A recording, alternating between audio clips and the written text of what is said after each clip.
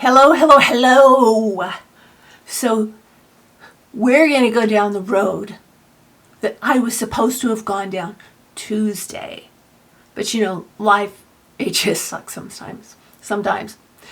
What I wanted to talk about Tuesday was the 4Fs, the trauma responses.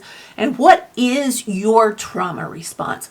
Knowing your trauma response and knowing how we react to things, or how our brain sort of overcompensated and went and grabbed one trauma response over another consistently, will explain a lot. And we can, when we know that, we'll be able to use the other trauma responses appropriately. Trauma responses really are innate. Welcome to Digging Through Dominoes, a podcast that looks at mental, physical, and emotional trauma through real and inspiring conversations. This is your safe haven that welcomes you in, but also isn't afraid to talk about what hurts the most. And now, here's your host, Teri Anderson. The 4Fs, as they are known, are innate protective strategies our brain uses. They consist of fight, flight, fawn, and freeze. When used appropriately, when you grow up in a stable, healthy, good enough relationship, household, parenting, you're able to reach from each of the 4Fs, the flight, fight, fawn, and freeze, appropriately. But what about when you're a little kid and you have to use one of them continually to survive? That's when it becomes a problem, and it becomes lifelong, because what we learn as kids stays with us, and that's how the outside world sees us and how we see the outside world. People are scary to us. Situations are scary. So we revert to what everyone does, what we learned in childhood. I saw this Healing from Complex Trauma in PTSD, Cptsd from Lily Hope Lucario. This pretty much says it all without having to go further, but I'm going to go further because, that's what we do. Childhood complex trauma survivors have no pre-trauma identity. We have no idea what it's like not to be surviving abuse, not to feel fear, severe anxiety, hypervigilance, hurt, pain, and suffering. We have absolutely no point of reference to understand normal. I kind of have a problem with that word normal. I think it comes from having a son that was affected with autism. And so I sort of gravitated to using the word typical, because what is normal? Normal is whatever you grow up with. That's what's normal to you. But what she says is we have no point of reference to understand normal. Trauma is our normal, and compassion is vital. Compassion not only from others understanding or trying to understand what we're going through and being patient with us, but we need to understand ourselves. That way we can look back and say, oh yeah, that makes sense. What can I do to counteract that so this doesn't happen again? So that's kind of what I wanted to talk about. And I loved coming across this because it really, really identified, I think, especially the fact that we have no identity pre-trauma, no point of reference.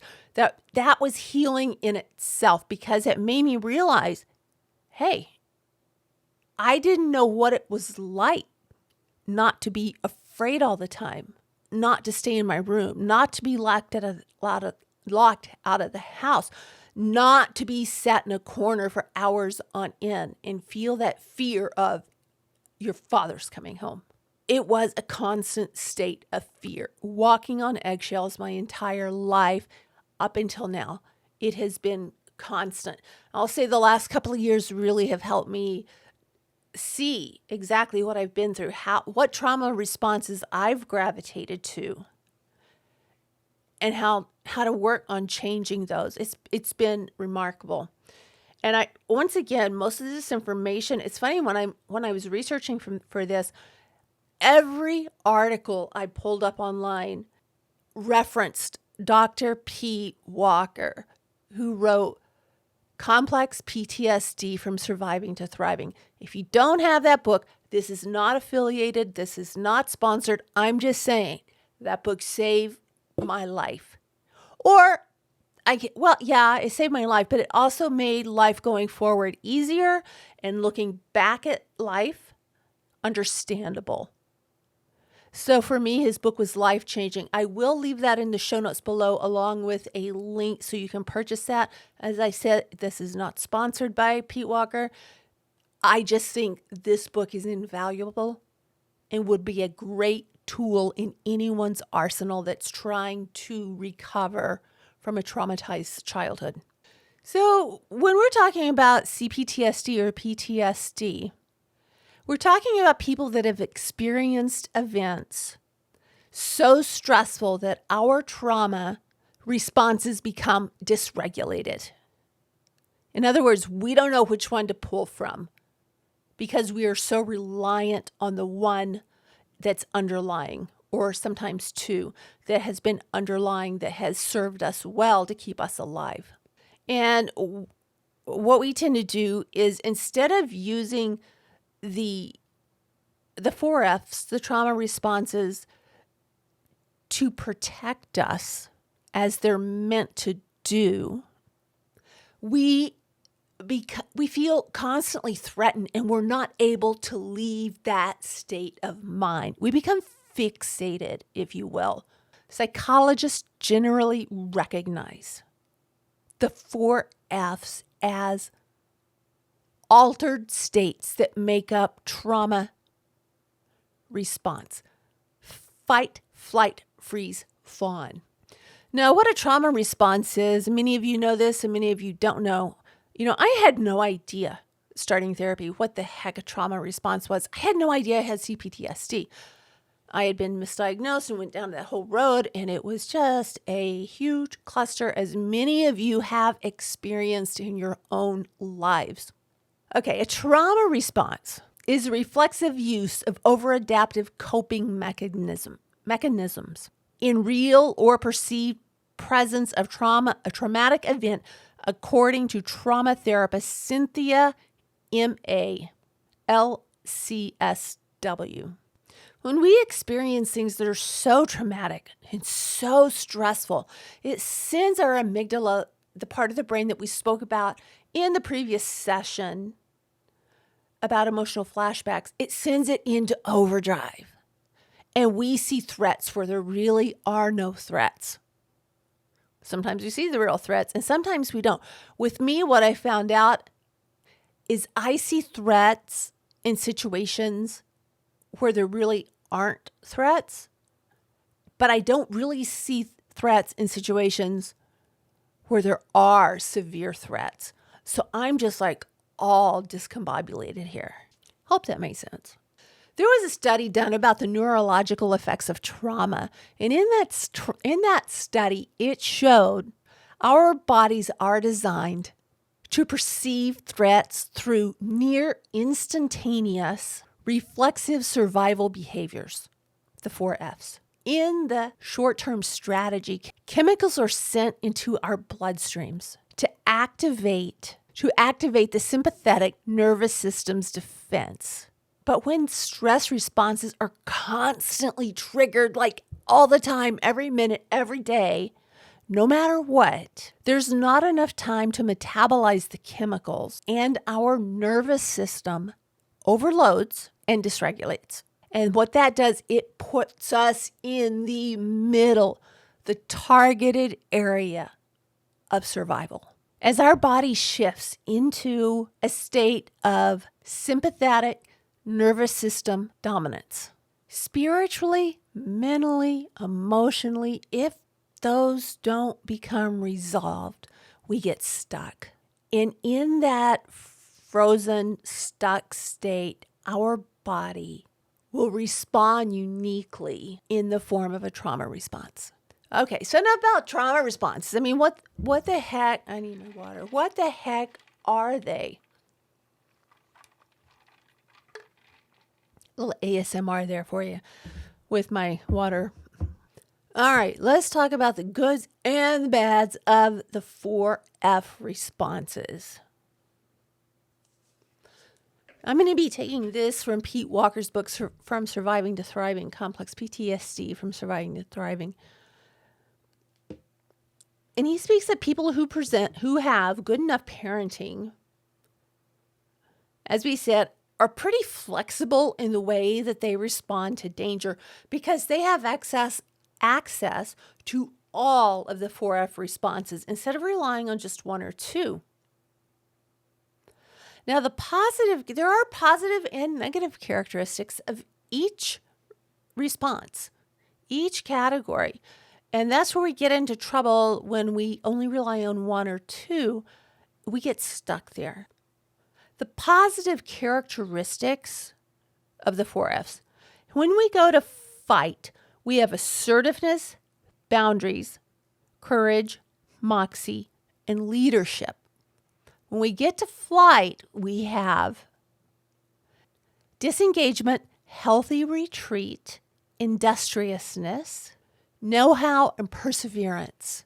Now, when we get to freeze, we have acute awareness, mindfulness, poised readiness, peace, and presence. When we get to fawn, we have love and service, compromise, listening, fairness, and peacemaking. Those are pretty great attributes. Guess what? We can access all of those if we know which ones we've shut off or which ones we're overusing. All right, so that is what we have for the positive characteristics of the 4Fs. Now, some of the ones that aren't so great, the characteristics are things such as this.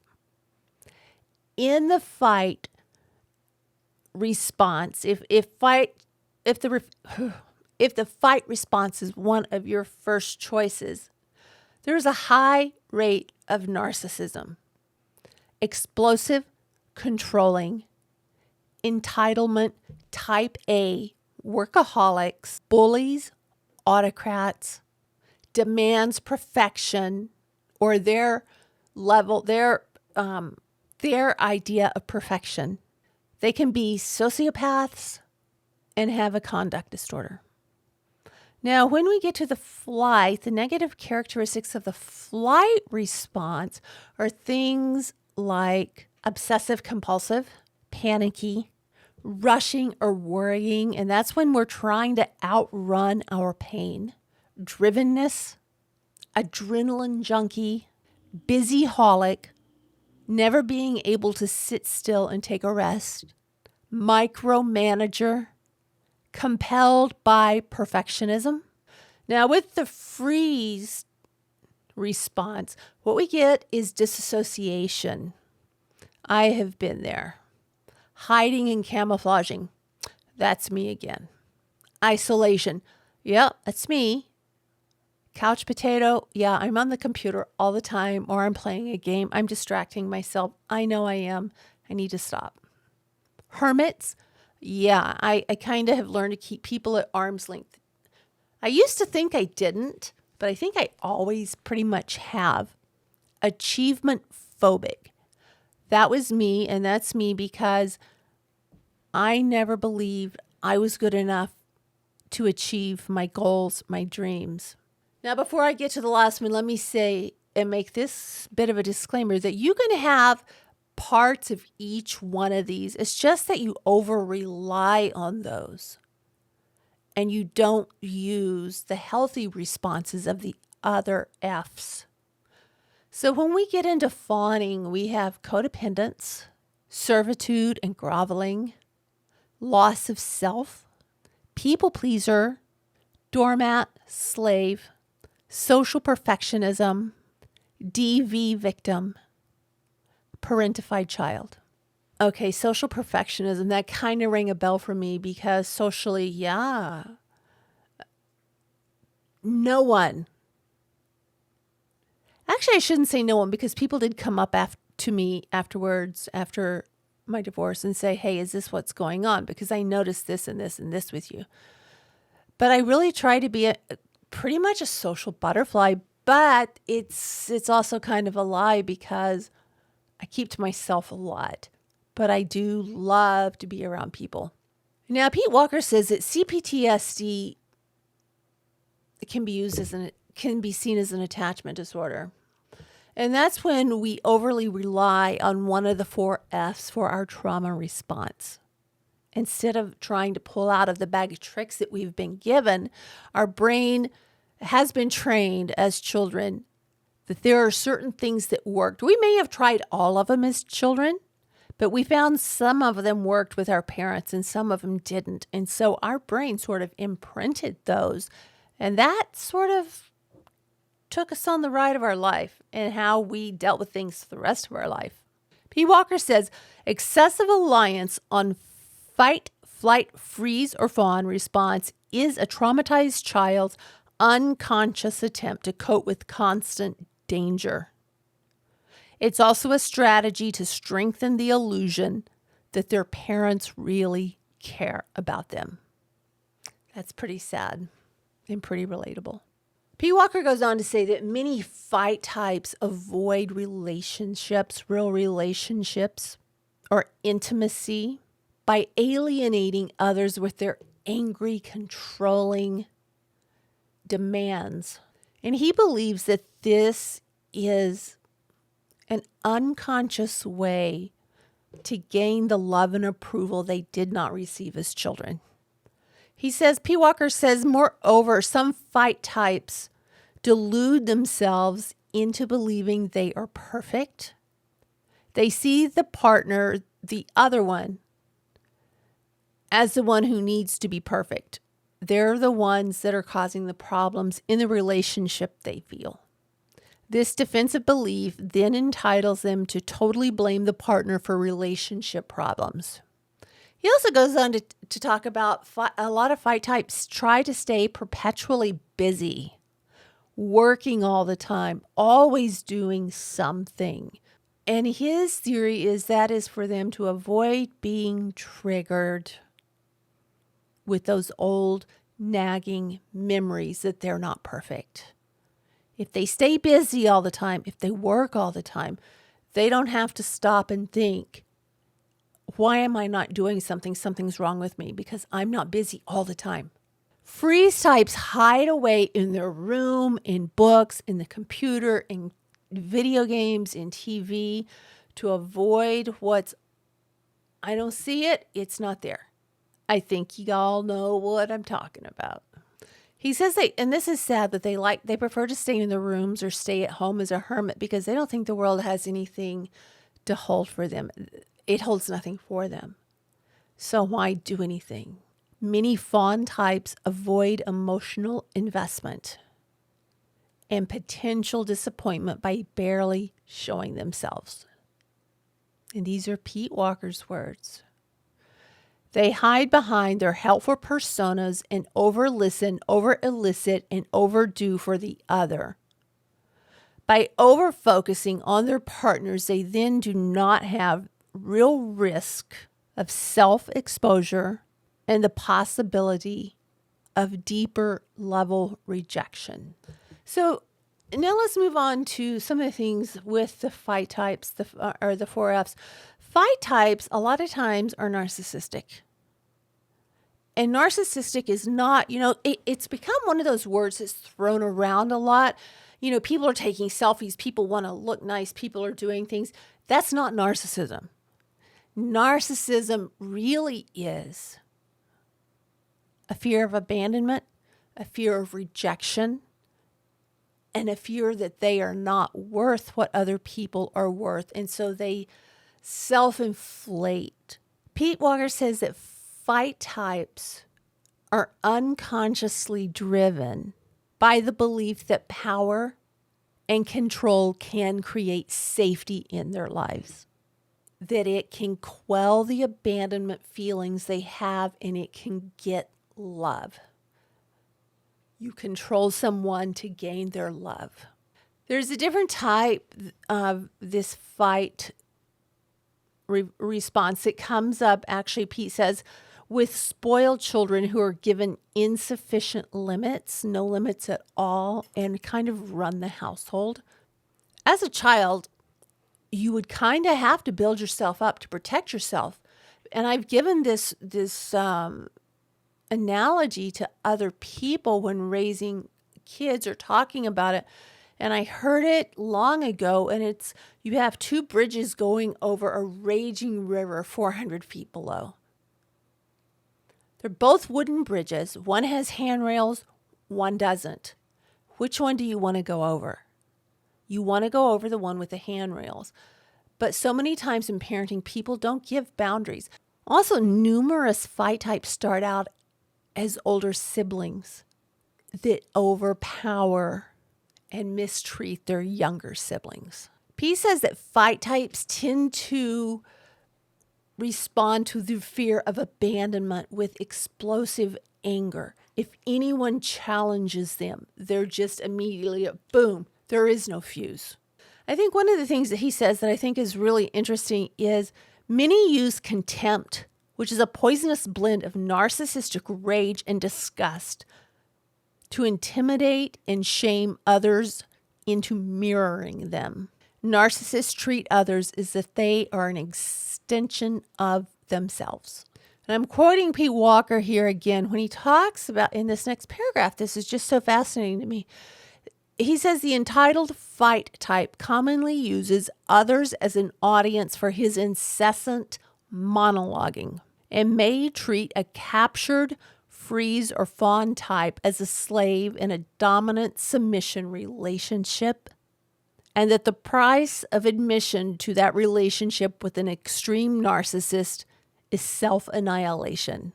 And that's really dangerous if you already don't have a sense of self. He says one of his clients once said, narcissists don't have relationships. They take prisoners. Fight types tend to respond with anger and rage to any threats of abandonment or danger, or if they perceive anyone trying to make them look bad in front of another person. They will just simply explode. Pete Walker describes contempt as a poisonous blend of narcissistic rage and disgust. In exerting power over dominance over others, fight types heap shame and blame onto loved ones in order to gain power and feel protected from harm. Their safety lies in making others feel unsafe. Narcissists can also frequently fall into these monologues. You can ask them just a couple of questions and they seem nice and charming and everything. And then you're stuck for hours with no way of escape. P. Walker believes that excessive use of power and rage triggers a fearful, emotional withdrawal in their partners, which makes the fight type feel even more abandoned, and that vicious cycle just continues. The fight type rages and the partner retreats. And the more the partner retreats, the more the fight type rages. And the more the retreating partner feels abandoned and unloved and goes toward their Forefs response, which is probably freezing or fawning. P. Walker has this subset in the fight type called the charming bully, which is just that, very charming, very charismatic in the beginning. They can be helpful.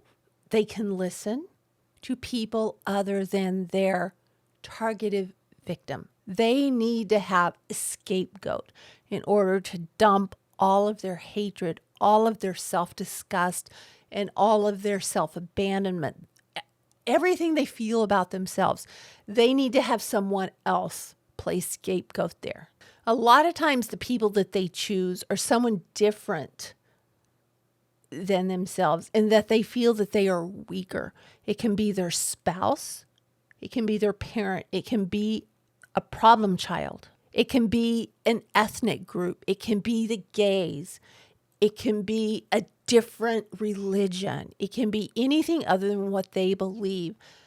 And they will see it all in a negative light, and they will dump that, all of their hate, all of their anger, all of their disgust on those groups.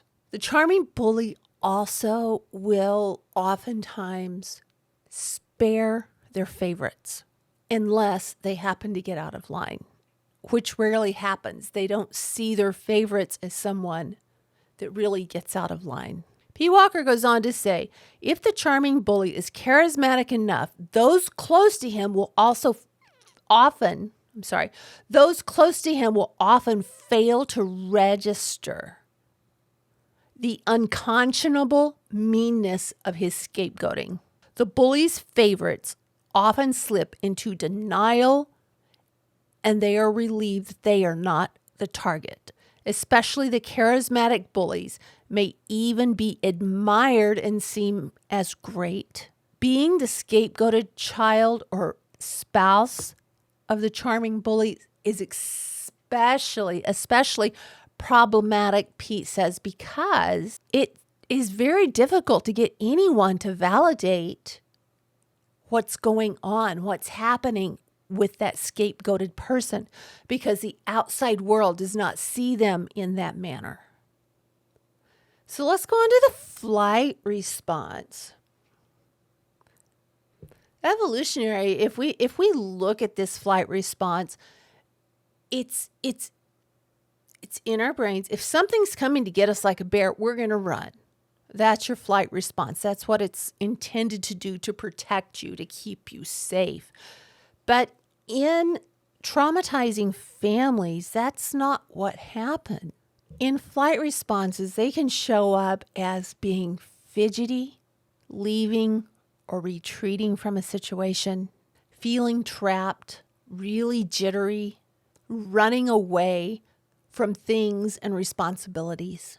Extreme flight types are like a machine or a toy where the switch is constantly on and you can't turn it off.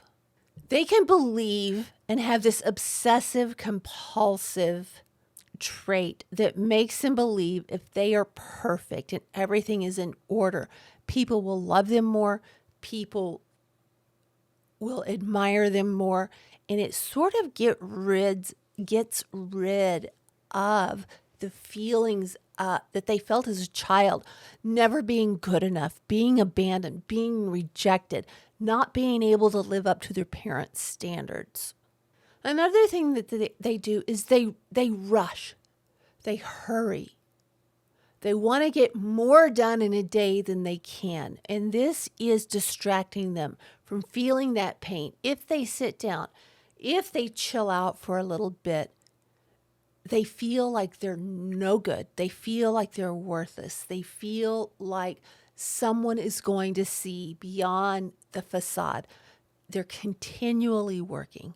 It's hard to take a break. It's hard to take a vacation. It's hard to relax even. And the guilt that comes with that for these people can be absolutely overwhelming. As children, they were expected to perform. And if they didn't perform, they're going to be on the bad side of the bully. And they don't want that to happen. That is ingrained in their brains. They have no idea that they're doing it. They have no idea what is driving them. A lot of them confuse it with work ethic. And yes, there can be people that have very strong work ethics. But you also have to look back at your childhood. Is there something that's triggering my need to be going 100% of the time, all of the time? You need to look at that. What are you running from? What are you trying to hide? They have something that is called a left brain disassociation. And that's where they use constant thinking, planning, working to distract themselves from the pain that they might feel otherwise. P. Walker says flight types are also prone to becoming addicted to their own adrenaline. And that will put them in a lot of dangerous dangerous situations. Bungee jumping, bridge jumping. And that adrenaline just helps make them feel better. It makes them feel like they're a better person because they have this adrenaline going. Look at me. I must be better than you. I feel better. I feel like a better person because I have all of this stuff going on. I can bridge jump. Yeah, I ride a motorcycle. My husband rides a motorcycle. Maybe that's a part of that. But they're adrenaline junkies. I am in no way an adrenaline junkie. I don't like roller coasters. I don't like bridge jumping. I don't like that adrenaline rush feeling. I can't stand it. To me, it's very panicky. They also, to keep that adrenaline running, can get into compulsive gambling, stimulating substance abuse, and can also, as we said before, get into the obsessive compulsive disorders. The freeze response, and this is one I am really familiar with. It's also known as the dissociative response. It's when somebody shuts down. One of my brothers is really good at this. They just shut down. When they experience pain, they can shut down physically, mentally, emotionally, spiritually, especially when they're feeling triggered, when someone has pushed their trigger buttons. And I admit I do that. I shut down. I try to turn it off. I didn't used to. I used to fight back in a lot of situations. I've kind of retrained, but what I've done, instead of balancing, I think I've gone more into the shutdown mode.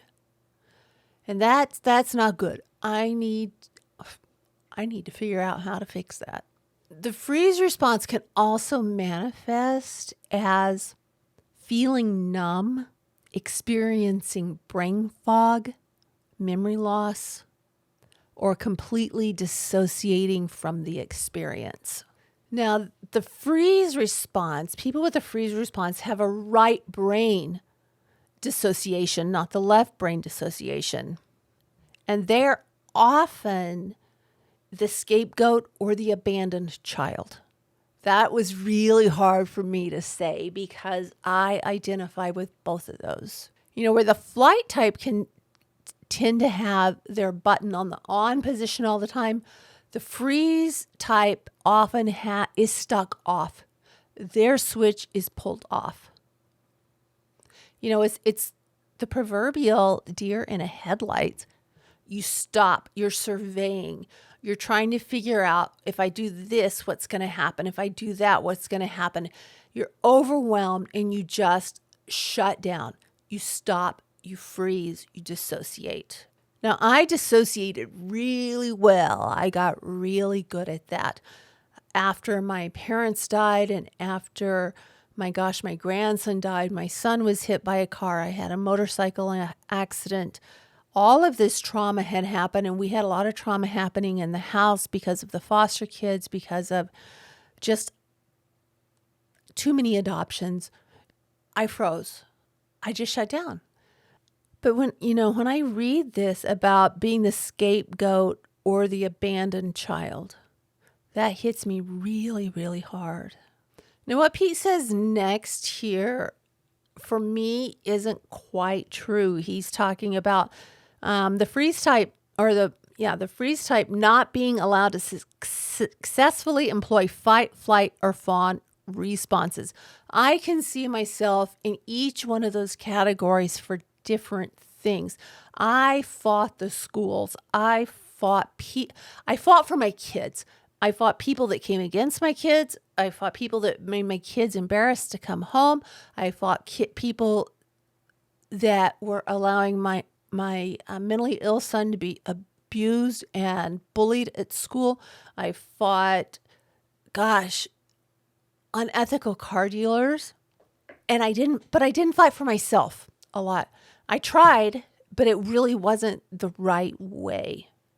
Mine was more of a reactive response to the physical abuse I had received in my first marriage. It was like, I'm going to be hit. I need to hit. And that was like really wrong. The disassociation with the freeze type lets you forget, not think about the abandonment, the pain, the bullying, and it protects people from risky interactions, generally speaking. I think I evolved somewhere because I did get into risky reactions. A lot of times freeze types are going to seek relief in the computer, in reading, in being alone, in watching TV, playing video games. Online shopping was really one of my things, and it was completely 100% a distraction for me. The fawn response, the cute little baby deer. People that use or implement the fawn response are those that have learned due to their traumatic childhoods or environments that the best way to survive is by overextending themselves to meet everyone else's needs but their own. To meet everyone else's needs except their own. They put everyone above themselves. They learned that they needed to please their abuser in order to be safe. They have a lack of boundaries, conflict avoidance, a loss of sense of self, and people-pleasing tendencies. People with a fawn response automatically resort to finding a way to be a people pleaser to end the conflict. Kids will go into a fawn-like stage trying to please their abuser, their caretaker, or whoever by doing what they want so they won't be hurt. So they will be given food, so they'll be given safety, so they'll be able to be hugged and loved. So they're really the people pleasers. And it's so funny as I go through this, I imagine my family as I was growing up, and I can see myself and both of my brothers in different categories in this. And it's just, it's absolutely, it's mind-blowing is what it is. It's like, my gosh, there's so much I didn't know, which explains why I went through so much trouble and why one of my brothers experiences shutting down, why my other brother appears to be an alcoholic, why my dad was an alcoholic, all of the numbing agents. A lot of this stuff I didn't understand for so long, but like I said, Pete Walker's book and some others that I'm reading really changed that. Some key signs that you might be using the fawn response are things such as you look to others for how you feel in a relationship or a situation. It's difficult to identify your own feelings even when you're by yourself. You often feel like you don't have an identity. You're constantly trying to please the people in your life. At the first sign of conflict, your response is to take care of the aggressor and calm them down. It's difficult for you to say no to those around you. You overextend yourself.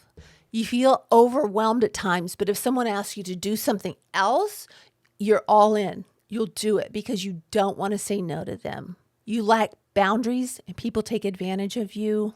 And you're really uncomfortable when you're threatened or somebody asks you for your opinion.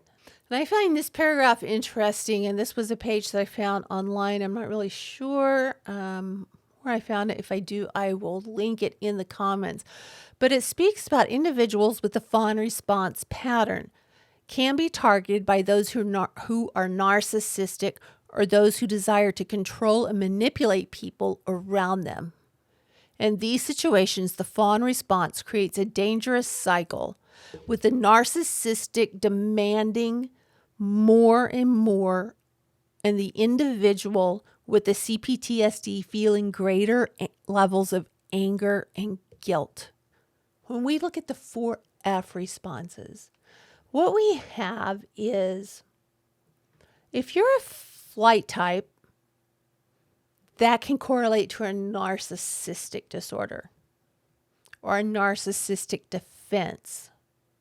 The flight type can correlate to an obsessive compulsive defense.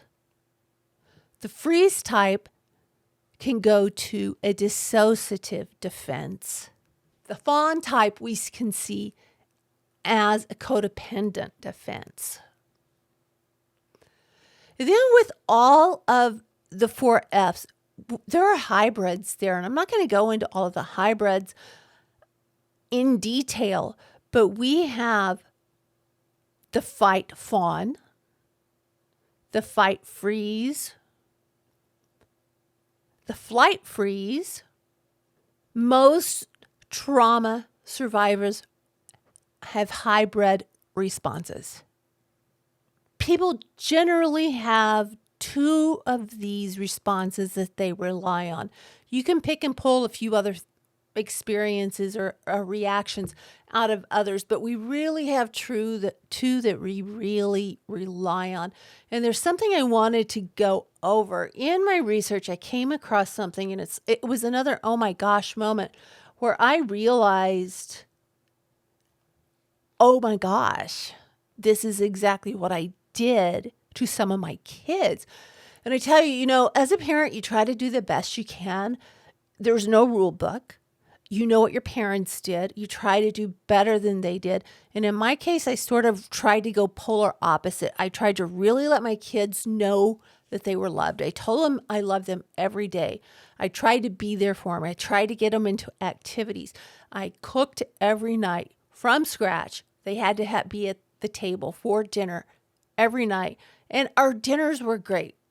They would be 2 hours long. Everyone would talk. They would laugh. I really tried to be there for them, but I really went overboard in a lot of ways that I'm just realizing. And oh my gosh, I am totally mortified, because what I set out to do was with good intention.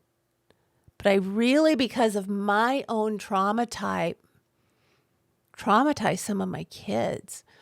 And the way I did that was by parentifying one for sure, maybe another of my children. And that's for several reasons. I was very isolated. I didn't understand what the heck was happening with me. I was imploding because of the stress of the marriage and all the kids and the business and everything that was going on, my mental health. I didn't have anybody. And that is no excuse. I wish I had known better. But one of these in parentifying your child is where you have your child is your listener and or your best friend. And I had a child that was my listener and my best friend. And with that child, they knew everything, practically everything. And at the time, I didn't realize what I was doing to that child. Now, I can't believe I did it.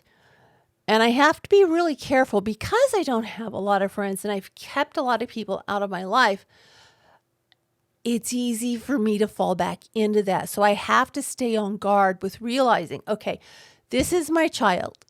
And of course, they weren't adults at the time. They were younger, which is horrifying. If they were adults, it would have been a lot easier, a lot better to go to them with some of the things that I was experiencing and some of the things that were happening. And I can see where I scared the heck out of a couple of them to where they felt that they had to take care of me because of my emotional needs and my shortcomings. But like this one really hit me was the parentified child can be the best friend or listener of the parent. Yeah. Oh my gosh. Talk about being mortified. And with that same kid, you know what, the things that I went through, the numbing out, the escape, the running, the trying to distract myself, each and every one of my children were affected. But when I read this about best friend and or listener to the parent, I couldn't believe it. Oh my gosh. I did that. And this next one here is where the child is seen as an equal rather than the offspring of their parents. Okay, so I sort of had a foot on both sides of that fence, which had to have been so confusing for the child. I'm thinking about here, I'm seeing them as an equal and we're having fun and we're doing all kinds of cool stuff. But at the same time, I'm your mom. So I wasn't balancing that correctly. And in that, I damaged my kid. And I hate that because that's not what I set out to do. And I know none of us set out to do this with the intention of, I'm going to damage my child. It just happens because we are not self-aware. And I know a lot of my kids, not a lot of them, several of them were very aware of me being triggered and the things that were going on. And they tried to be in the middle of that and help me and help what was triggering me and make sure their mom was going to be okay. They were scared to death. They were going to lose their mom because I was scared to death. I was going to lose me. Actually, I really wasn't because at that time, I really didn't care if I lost me or not. I had tunnel vision and I realize now that it wasn't I had no idea. I had no idea at the time what was happening to me. I had no idea what I was doing to my kids. I thought I was doing the best thing. And when in reality, I was not. I was traumatizing my child. And there's no excuse for that. I guess, logically you can say, well, you didn't know. You thought you did the best you could at the time. But as a parent, I think with anything that happens, you look back and you feel responsible. And what could I have done differently? Why didn't I know this? Why did I do this? What made me feel that this was okay? But I guess I just have to say I did the best at the time with what I had and what I knew. If I could do it all over again, oh my gosh, I would do things so much differently. As I'm sure my parents would. And I'm pretty sure most of your parents would have. If we had known at the time what we were doing, I think we would have made much different choices. And that again, that's where this book by Pete Walker comes in. I have learned so much about myself. I've learned so much about what I did to my kids. I've learned about so much in the way I related to my kids, the way I related to my parents, how I related to the outside world, how I turned myself off, how I ran, how I distracted. Oh my gosh. I mean, this book, I think all of the therapy I had pretty much, if I had read this book before I had therapy, I don't really think I would have been able to see it. I wouldn't have been able to see everything that I'm seeing in it now. And this actually comes from part of the fawn subset or the fawn response. This paragraph here that I have is reassuring to me. It speaks about the fawn response, which I think is one of my biggest responses. As I said, I can see myself in a lot. I did flee. I did disengage. I still disengage for different reasons, but I do still disengage. But the fawn, my gosh, one of the things I think that's very reassuring about that for me is it says, as the fawn type quickly finds relief in understanding that she is not responsible for the well-being of those around her, her family or friends. The recovery process can be one of the most reassuring of them all. So I think one of the things with that, reassuring is comforting in one way and another way it's not, because I did those things. I have to take responsibility for what I did, even though I had no idea I did it. And I don't really know if there's a way to make that right. I want the best for them all, but I certainly would have changed a lot of things. had I been in the right state of mind, my gosh, none of this would have even happened.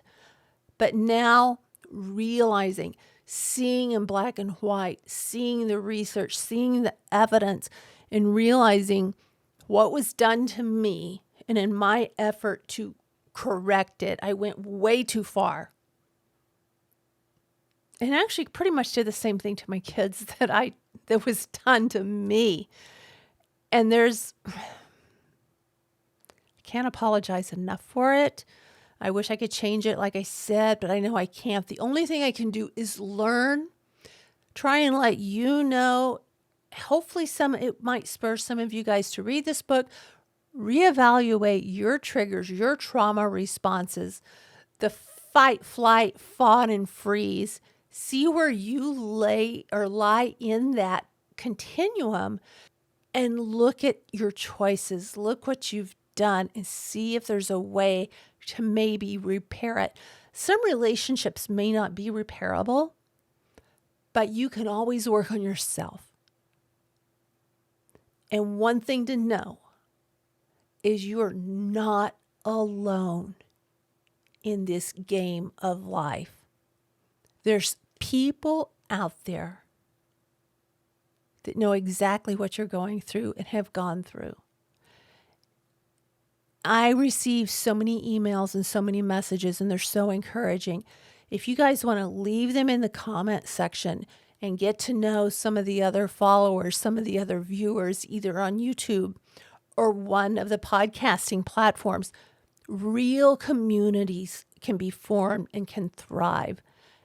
And you could find someone potentially to be there to support you in your, sorry, another ASMR water break. Just a second more. I know this microphone picks up everything. It's probably really gross. I'm sorry. But to find someone safe that can be there to support you, not a predator. See, I wasn't good at that. I looked for support in all the wrong places, and that sounds like a cowboy song.